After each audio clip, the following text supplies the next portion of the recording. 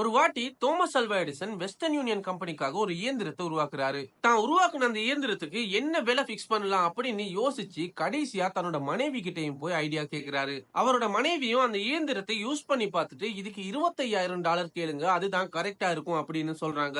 ஆனா தோமஸ் அல்வா எடிசனுக்கும் அந்த இயந்திரத்துக்கு $25,000 கேக்குறது ரொம்பவே அதிகம் மாதிரி தோணவும் செய்யுது. ஒருவேளை நான் $25,000 கேட்டு அந்த கம்பெனிக்கு அது பிடிக்கலன்னா என்னோட இயந்திரத்தை வாங்காம போறதுக்கும் சான்ஸ் இருக்கு அப்படின்னு பயப்படவும் செய்றாரு. கடைசியா எது வந்தாலும் பாத்துக்கலாம் அப்படின்னு தன்னோட மனசை தைரியப்படுத்திக்கிட்டு வெஸ்டர்ன் யூனியன் கம்பெனிக்கு போய் அந்த இயந்திரத்தை பாரமும் கொடுக்கிறாரு. அப்ப அந்த கம்பெனியோட ஓனர் இந்த இயந்திரம் ரொம்பவே சூப்பரா வந்திருக்கு, இதுக்கு கடைசியா நீங்க என்ன விலை சொல்றீங்க அப்படின்னு கேக்குறாரு. அவர் அப்படி கேட்டதும் இதுக்கான விலையை நான் எப்படி சொல்லுவேன் அப்படின்னு தோமஸ் அல்வா எடிசன் யோசிக்கவும் செய்றாரு. தோமஸ் அல்வா எடிசன் இப்படி யோசிக்கிறத பார்த்து அந்த கம்பெனியோட ஓனர், நான் இப்போதைக்கு $1,00,000 உங்களுக்கு செக் எழுதி கொடுக்கிறேன், மிச்சம் எவ்வளவு தர இருக்கு அப்படிங்கறத நீங்க யோசிச்சு பொறுமையா சொல்லுங்க அப்படின்னு சொல்லிட்டு அந்த இடத்துல இருந்து கிளம்புறாரு. தோமஸ் அல்வா எடிசன் உடனே விலையை சொல்லாம கொஞ்ச நேரம் பொறுமையா இருந்ததுனால அவருக்கு 4 மடங்கு லாபம் கிடைச்சது.